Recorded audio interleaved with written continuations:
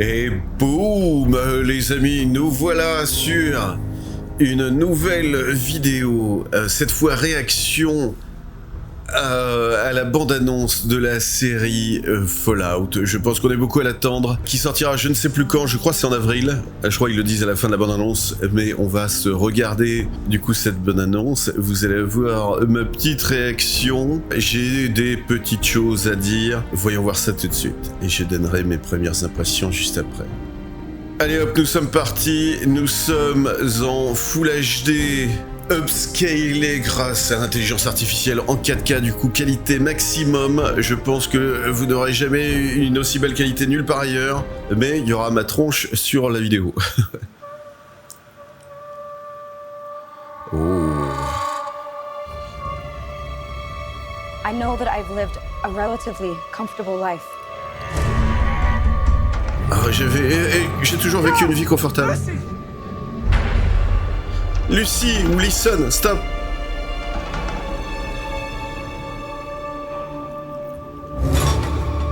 Jonathan Nolan, un mec qui a fait des trucs.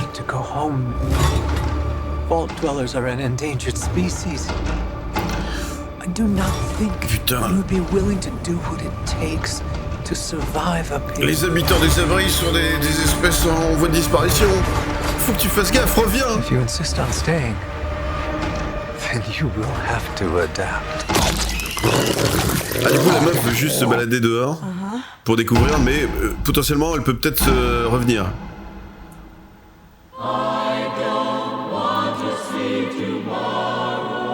Oh, les avions de l'enclave, les hélicoptères de l'enclave.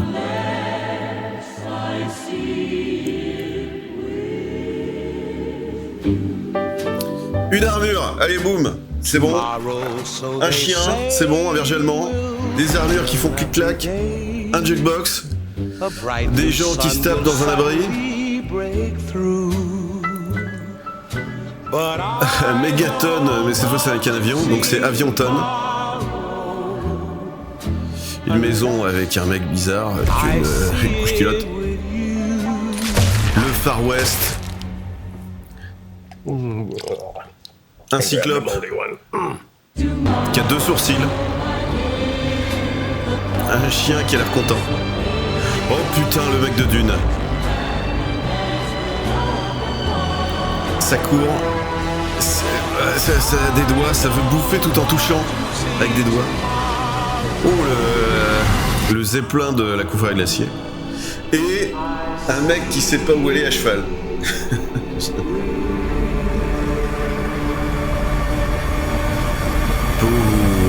Putain, ça envoie les explosions atomiques partout sur Los Angeles.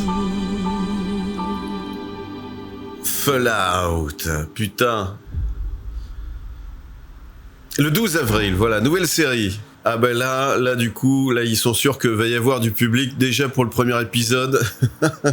Très bien, elle est très mignonne cette bande-annonce, elle est très mignonne. Moi je vous avoue que personnellement, je m'attends à rien avec cette série parce que ils ont fait caca sur Halo. Je l'ai même pas vu d'ailleurs Halo, mais la bande-annonce en disait tellement, ça en disait trop d'ailleurs. Chaque plan où il devait faire un truc bien, bah, c'était pas bien. Là je dirais que il y a du potentiel, mais il y a quand même des trucs qui sont bizarres. Il y a quand même des trucs, tu sens que ça, il y a un potentiel pour que, il ne suffit qu'un pas pour que ça parte en couille. Et personnellement, moi, je vois venir le truc où ça va partir en couille et que ça va être, voilà, juste une utilisation de licence. Ça balance beaucoup de fanservice et ça c'est bien parce que c'est ce qu'on veut, que ça respecte l'univers. Mais après, il faudrait que ça le respecte à 100% et non pas à 90, voire même à 99. Faut que ça aille à fond. C'est comme si on faisait une série Half-Life et que tout d'un coup Gordon Freeman se mettait à parler. Ça n'a aucun sens. On se la re-regarde, cette fois je la mets au ralenti et on va regarder chaque plan. Je vais dire, vu qu'en plus il n'y a pas beaucoup de plans donc ça devrait aller vite. Et n'hésitez pas d'ailleurs à me dire ce que vous en pensez aussi vous dans les commentaires. N'hésitez pas à mettre un petit like, à vous abonner si vous ne l'êtes pas, si vous aimez ma voix, si vous aimez les démons. Et les démons qui sont noirs, voilà, moi j'aime bien. Et qui fument. Hop, donc déjà premier plan, donc bon bah ça va, on est dans un abri qui est en gris et jaune. Il y a un peu de couleur, bon ok, ça fait bien bunker anti-atomique, voilà, c'est pas si mal, Oh, et là nous sommes en slow motion. Donc sachant en plus que l'abri 33 n'a pas de vrai lore au final, officiel. Il n'a jamais eu d'histoire dans l'univers de Fallout. Il n'y a aucun écrit, il y a eu rien du tout. Voilà, vous pouvez chercher d'ailleurs sur Wikipédia si vous êtes curieux. De toute façon, il n'y a rien qui a été fait officiellement. Donc il y a plein d'abris comme ça où on ne sait pas quels étaient les buts de certains abris. Donc là du coup ils peuvent se permettre beaucoup de choses après en espérant qu'ils fassent un truc qui a un petit peu de sens, qui soit un peu innovant et qui ajoute du lore. Donc là déjà on voit la meuf qui décide de se barrer. Donc ça on essaiera de comprendre pourquoi, mais je crois que dans le teaser il y a un truc qui nous donne un petit indice quand même. Mais elle décide de se barrer avec son petit sac à dos jaune et bleu que je trouve un petit peu ridicule, sachant que je crois que dans aucun des Fallout, absolument aucun, il y a un habitant qui décide de se barrer de l'abri avec un petit sac à dos, avec des vivres, avec sa couchette. Donc avec ça, moi, ça me fait un petit peu tiquer. Bon, après, ils payent pas de mine, hein. Pour l'instant, tous les acteurs, là, ils sont sans plus, hein. On va dire qu'ils sont sans plus. Lui, il a l'air de faire 1m10. Son Pip-Boy a l'air de faire... a l'air plus gros que lui, alors que le Pip-Boy a l'air ridicule. La taille de l'écran a l'air ridicule. Je trouve ça un peu dommage, d'ailleurs, que sur ce teaser, on n'ait même pas eu un petit plan d'un Pip-Boy un peu enserré pour voir ce que ça allait donner. La nana qui se retourne, voilà, bon, bah, au revoir les amis. Voilà, la lumière du soleil, c'est la première fois. J'ai peur, je me suis fait une natte du coup, queue de cheval. Enfin, pas une natte, mais une queue de cheval. Elle a l'air déjà d'avoir pris quelques hits, hein, parce que, voilà, ou alors elle s'est mordue la lèvre sans faire exprès, peut-être. C'est possible, mais on voit déjà les mecs qui sont posés comme ça debout. C'est bon, on est en arrière-plan. C'est bon. Le plan est terminé, il y a quand même un cadavre là, donc je pense ils ont dû peut-être flinguer un mec pour pouvoir se barrer, peut-être que ce mec ne voulait pas qu'elle sorte, c'est fort possible. En tout cas, elle a une magnifique coupe de cheveux, ça fait plaisir. C'est cool, elle est ravissante, elle est très mignonne, ça donne envie de se palucher. Ils ont très bien fait de choisir une meuf, parce qu'aujourd'hui, si on choisit des mecs en personnages principaux, ben ça fait plus vendre, hein, comme par exemple le Mandalorian. Un Mandalorian a été la preuve que une série ne peut pas marcher si on met un mec en héros. Mais par contre, toutes les séries qui sont sorties où les meufs étaient les personnages principaux ont toutes prouvé que ça allait être une série incroyable. Par exemple, Resident Evil. Et je parle de la série Resident Evil sur Netflix. Bref, on avance. Et là, du coup, moi, c'est vraiment le premier truc. Alors, on le voit pas, on le voit très vite fait, on le voit très, très légèrement, mais ça a l'air un peu cartonné, tout ça. Hein. Ça a l'air un petit peu d'être du carton, tout ça. Moi, j'ai remarqué ça, c'est que la porte qui se ferme n'a absolument aucun sens. Déjà, elle a un putain de design juste ici, je sais pas pourquoi, avec des trucs pneumatiques, de pressurisation, machin. Il y a un petit peu de peinture jaune, ça fait plaisir. Et là... La porte, elle roule sur le plafond. Et du coup, les engrenages du plafond sont statiques, mais les engrenages du sol se déplacent, sont sur des rails. Mais ça veut dire quoi, ça? Quel est le con qui a inventé ce système d'ouverture inversé?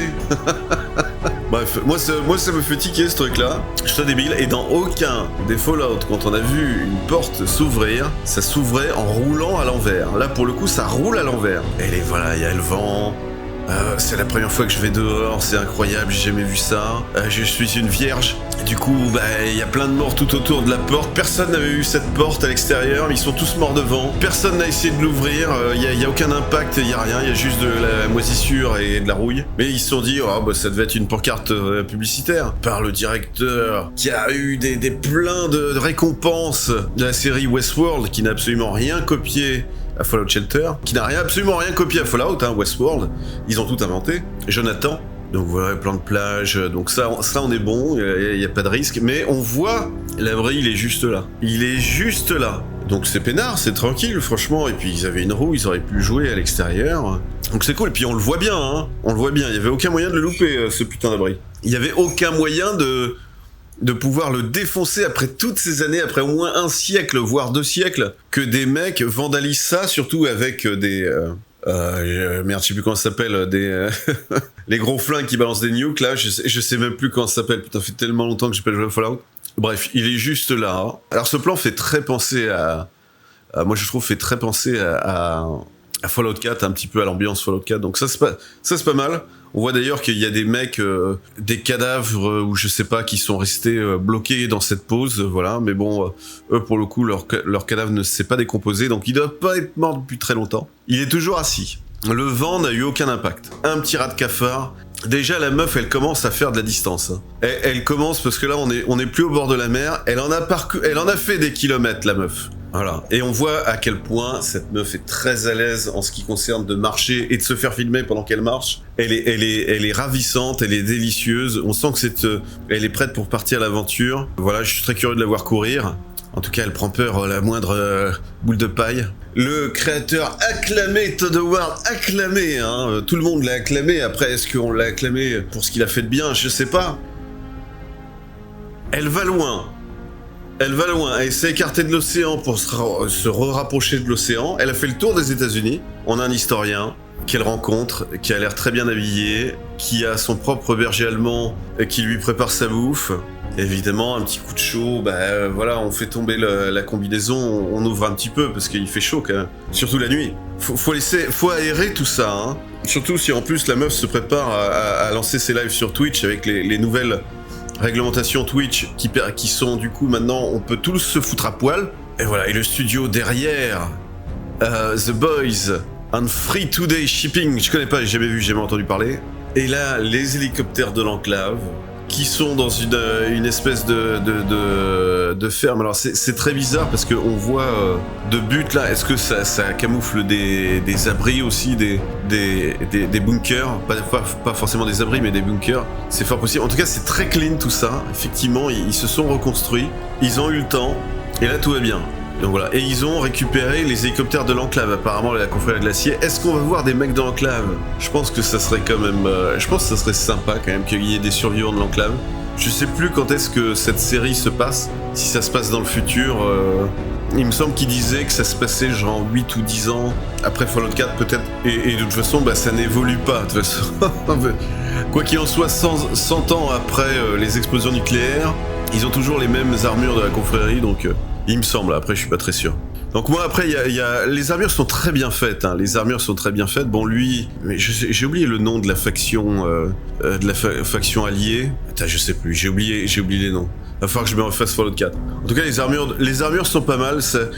Il y a quand même 2-3 trucs que je trouve un peu moyens, surtout les mains. Les mains, je les trouve un petit peu foirées. Et globalement, c'est les armures qu'ils nous montrent sur cet épisode, enfin sur ce teaser, il y a quand même quelque chose qui me gêne. Donc là on voit le chien qui est très content de bouffer une main.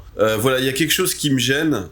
C'est que y en a aucun qui porte une arme. Ça les emmerde apparemment de porter des armes. Donc pourquoi ils s'emmerdent à porter des armures si c'est pour porter aucune arme? Pas une arme lourde, même pas un petit flingue, même pas dans un holster ou quoi, sur une jambe ou dans le dos ou on ne sait quoi. Y a rien. Les mecs se baladent en armure juste parce que c'est stylé. Ok, c'est stylé, c'est cool. Donc ils ont été drop.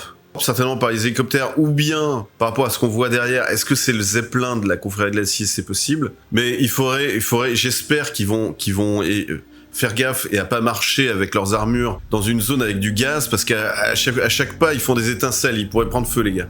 Et là on est dans l'abri. Donc ça va être certainement le début de la série et qui va nous donner l'explication de qu'est-ce qui s'est passé dans cet abri et pourquoi la meuf à un moment donné décide de se barrer. Elle se motive à se barrer, je pense que ils sont devenus complètement dingos. Donc du sang qui gicle sur un jukebox, un mec qui a trop bouffé dans cet abri, beaucoup trop, hein, ça rationne plus apparemment. Là du coup on voit quand même que là c'est pas mal, hein, le décor et tout ça, là il se passe des choses. Il a l'air apeuré le pauvre. Et donc là on est dans le hall principal de l'abri avec, ils ont des tables de jardin. Donc ils ont tout mis en plein milieu. Apparemment ça a l'air de pouvoir accéder à tout depuis cet endroit. Le champ de maïs ou de blé, j'en sais rien. La table de pique-nique, les plants de tomates. Ça fait un peu prison tout ça, mais bon, ça a une certaine logique. Tu sens que c'est pas très grand tout ça, ou que du coup, vu que ils s'y sont pas attardés trop longtemps, et voilà, mais c'est une barrière en bois en plein milieu, ok. Admettons. Bon, en tout cas, il y a une nana là qui est armée, elle peut buter tout le monde.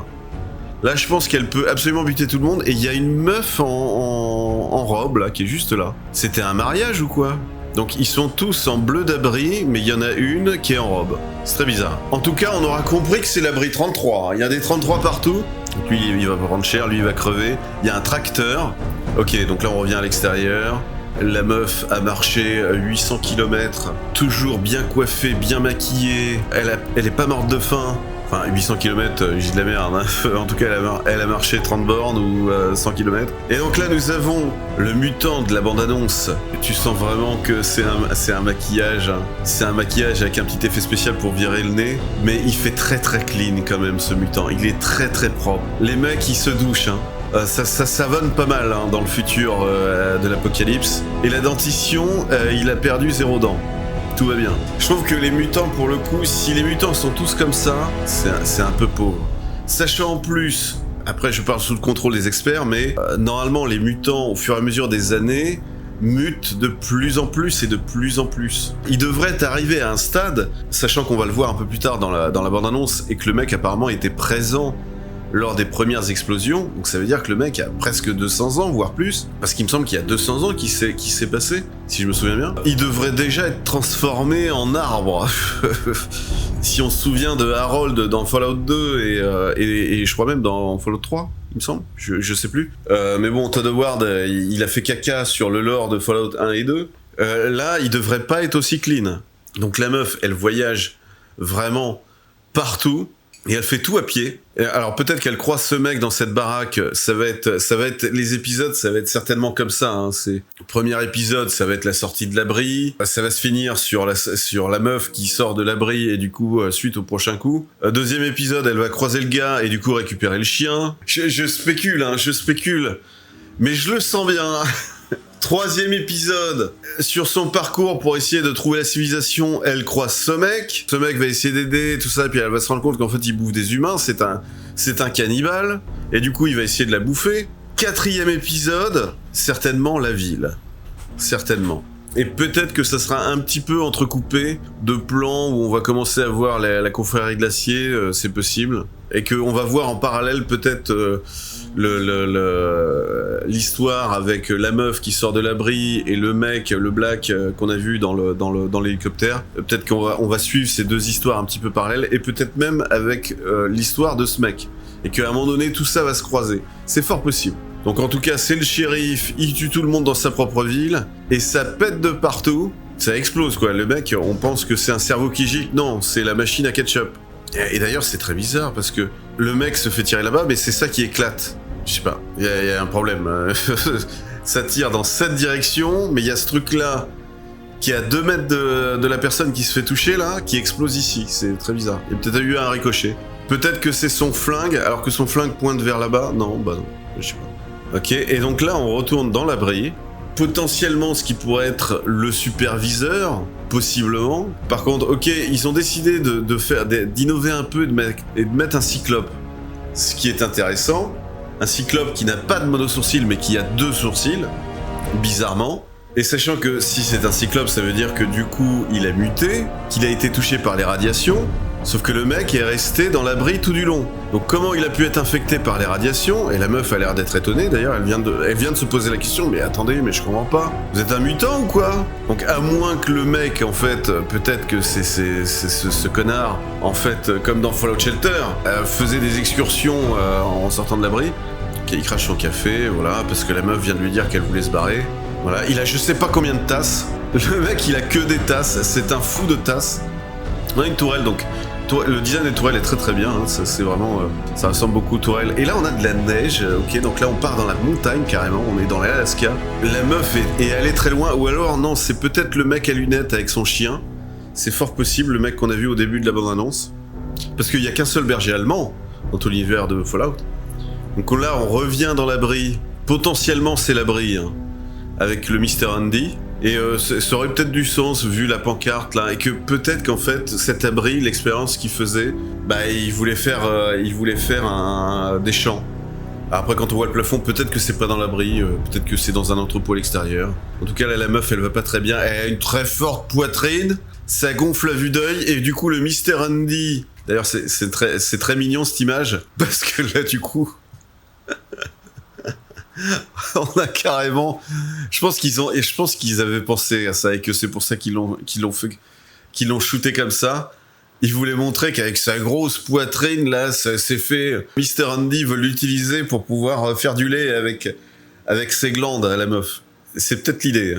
Donc là, on a le mec de Dune, voilà. Son nom est un nom qui tue. Donc c'est certainement le papa de la meuf, dans l'abri, qui décide de se barrer. Soit il meurt, soit il décide de se barrer. Et que du coup, on se retrouve dans le même type de scénario que Fallout 4. C'était Fallout 4 ? Non, je sais plus. Fallout 3 peut-être. Non, c'était Fallout 3, ouais. Tu veux retrouver ton papa. Et c'est ça l'histoire principale, tu dois retrouver ton papa. Ce qui peut être pas mal. Ça peut être pas mal que, même si c'est du déjà vu dans le jeu vidéo, soit du sens. Ça, pour le coup, c'est vraiment l'histoire de Fallout 3. Ok, donc là, on revient sur eux qui sont en train de se fight contre des mecs, on sait pas quoi.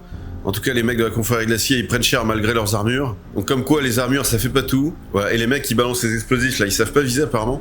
Un grizzly mutant qui défonce un mec dans son armure de la confrérie glacier en plastoc. L'orientation du pied, c'est trop lourd l'armure. Tu sens que ça fait un peu plastoc quand même l'armure. Voilà, donc là, une meuf qui court dans le désert. En transportant une caisse, bon ça on s'en branle. Là un mutant, alors je sais pas ce que c'est. Personnellement je sais pas ce que c'est. Je crois qu'on a jamais vu ça dans Fallout, c'est peut-être un nouveau type de monstre qu'ils ont décidé de créer pour la série, avec des doigts dans la bouche. Le mec n'a pas de dents, il a des doigts. Donc c'est chiant, à chaque fois qu'il mâche, il se craque les doigts quoi. Il se fait des fractures du doigt. C'est chiant. Donc là, je pense qu'on revient dans l'abri où t'as une belle blonde qui s'est pris une fourchette. Donc elle était peut-être enceinte apparemment, hein, parce qu'elle a un peu de bide. Et donc du coup, elle s'est pris une fourchette dans l'œil. Donc ça l'énerve. Moi, ça m'énerverait aussi d'avoir une fourchette dans l'œil. J'avoue, et je me mettrais à tirer partout vu que maintenant je vois encore mieux. Et donc là, on a le zeppelin de la confrérie de l'acier. Je sais plus le nom. Le Premower. Et ce qui est marrant, c'est que du coup, il y a un mix entre une technologie de la confrérie de l'acier et de l'enclave. Alors après, je dis peut-être de la merde. Peut-être que c'était un truc de l'enclave et que la confrérie de l'acier l'a récupéré pour eux. Avec là, ici, on a une bande de jeunes militaires qui regardent tout ça. Ils ont l'air d'être en formation pour rejoindre la confrérie de l'acier.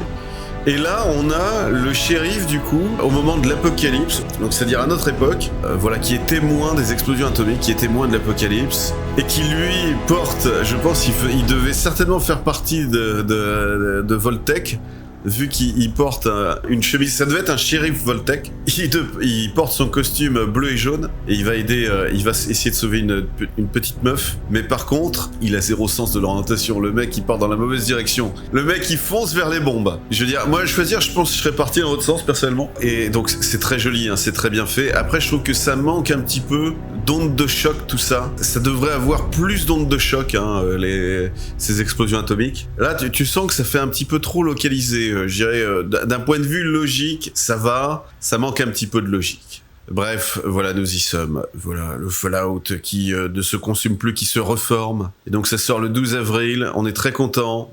Donc les amis, voilà pour ma petite review. Alors, j'ai été un petit peu en détail, je pense que j'ai loupé des trucs. Je suis un grand fan de Fallout, surtout du 1 et du 2. Après, tout ce qui se passe dans le 3 et le 4, sachant que le 4 en plus je l'ai jamais réellement fini. Pourtant je l'ai fait 2 fois, une fois en normal et une fois sur PC et une fois en VR. Enfin une fois sur Xbox pardon, et une fois en VR. Je pense que j'ai à peine dépassé la moitié. Je ne suis pas le plus expert, en tout cas. Moi j'ai mis des sérieux doutes comme quoi cette série sera bien encore. Ils se sont foirés avec Cowboy Bebop. Je sais que c'est pas les mêmes prods et tout ça, mais ils reproduisent toujours les mêmes erreurs. Ils refont toujours les mêmes erreurs. Il leur faudrait un cas comme The Marvels pour que les mecs commencent à se poser des questions et se dire ok, on va peut-être arrêter de faire les cons et on va peut-être commencer à faire un vrai truc. Ça me dérange pas dans l'absolu que ce soit une héroïne, par exemple, qui sort de l'abri. Je trouve ça un petit peu minable qu'elle sorte avec son petit sac à dos. Elle a pas l'air de payer de mine, ça a l'air d'être une meuf un peu lambda qui a une tronche à la Emma Stone. Sans plus, on est loin du Mad Max, hein, on est loin des origines de ce que Fallout avait comme inspiration, c'est-à-dire réellement Mad Max. Donc on est loin de ça. On va se taper Furiosa, le nouveau film dans l'univers de Mad Max. Il est où Max? Même le film Mad Max lui-même, Mad Max Fury Road, c'était un film sur Furiosa plus que sur Max lui-même. On va bien voir. Je pense que ça va être un petit peu comme Halo. La série Halo. Peut-être ça sera un peu mieux que Halo, peut-être, parce que du coup, Halo, vraiment, il y a beaucoup plus de complexité avec tous les décors et tout ça. On est moins sur le post-apo. Le post-apo, c'est extrêmement facile à produire comparativement à tous les autres trucs, parce qu'au final, il te suffit juste d'un désert, donc c'est comme si tu faisais un western. Donc c'est beaucoup plus facile. Et en plus, pour les créations, il y a juste un ou deux monstres à faire, quoi. À tous les coups, ça va comme à chaque fois, ça va trop parler, ça va raconter des conneries, ça va dire de la merde, on va se faire chier. Ça a été la même chose sur Mandalorian. Je l'ai découverte très tard, cette série. Quand je l'ai découverte, je me suis tout enquillé. Mais au-delà du 3e épisode, j'ai dû me forcer à chaque fois. Et à chaque fois, j'avais toujours cette petite espoir que, s'il vous plaît, revenez dans le style des premiers épisodes. Et ça veut tout dire, c'est aussi parce que les premiers épisodes ont été faits par un vrai réalisateur. Si je dis pas de la merde, je crois que c'est Rodriguez qui a fait les premiers épisodes. Et vraiment, les premiers épisodes du Mandalorian sont génialissimes. Avec ce côté très western à la Clint Eastwood. Du coup, avec cette vraie ambiance chasseur de primes. Mais à partir du moment où il a commencé à partir sur une planète pour aller sauver un village, c'est parti en mode Cosmo 4. Après, quand il rencontrait les autres membres des Bounty Hunters, tu ne sais pas pourquoi, mais les seules personnes qui sont autorisées à enlever leur casque, c'est que des meufs. Parce que les meufs, attention, faut qu'on voit leur gueule, sinon on peut pas bander. Après, c'était n'importe quoi, avec le bébé Yoda qui se fait récupérer par Luke Skywalker. Excusez-moi, je spoil Mandalorian, hein. Si vous avez pas vu, il fallait regarder. Donc bébé Yoda qui se fait récupérer par Luke, saison suivante, Luke il a abandonné bébé Yoda parce qu'il le faisait trop chier. Ils se sont dit merde, si on n'a plus bébé Yoda, comment on fait? Parce que les gens ils aimaient bien. On le ramène. Ok. Je suis sûr qu'il va y avoir plein d'ingrédients, de conneries comme ça qu'ils font dans les séries. Et j'espère que la nana qui va jouer l'héroïne là, j'espère vraiment qu'elle a les épaules, parce que c'est bien beau de se faire propulser premier rôle, mais à un moment donné il faut avoir les épaules. C'est pas un truc de misogyne, non. Il faut avoir les épaules, faut la porter la série. Voilà, faut pas être juste en mode oh je suis étonné partout, je suis étonné par. Faut proposer quelque chose. Au-delà que essayer de retrouver son papa. Je sais pas pourquoi, mais je sens que je ne me trompe pas sur le fait que les trois vont finir par se réunir et ça va devenir un gang à trois où tu auras la meuf, le mutant et le black. C'est Cowboy Bebop. Et on sait à quel point Cowboy Bebop, la série live action, a été un carton. Les amis, j'espère que vous avez aimé cette vidéo réaction. N'hésitez pas à dire ce que vous pensez. Je respecte aussi les opinions des autres. Si vous trouvez que je suis mauvaise langue ou machin, y a pas de souci. Je veux dire, on a le droit d'avoir des opinions différentes. Si ça se trouve, je peux me tromper totalement et du coup, ça va être génialissime. Ça va être la meilleure série de l'univers et ça serait cool. Parce que du coup, ça me donnerait encore plus envie de rejouer à Fallout. Et ça serait la bonne nouvelle en fait. Ça serait que ça puisse nous donner envie de rejouer à Fallout. Par contre, si ce foire c'est de la merde et qu'on s'emmerde, n'oublions pas qu'il y a Todd Howard derrière, et Todd Howard au final il a validé le truc, sauf que ils peuvent valider n'importe quoi. Mais Starfield, les 2 premières heures sont très très bien, les 50 heures suivantes c'est le vide total, c'est l'emmerdement absolu. Les bisous, et on se dit à très vite pour peut-être une autre vidéo réaction, et je pense qu'il va y en avoir d'autres. Les bisous, bye bye.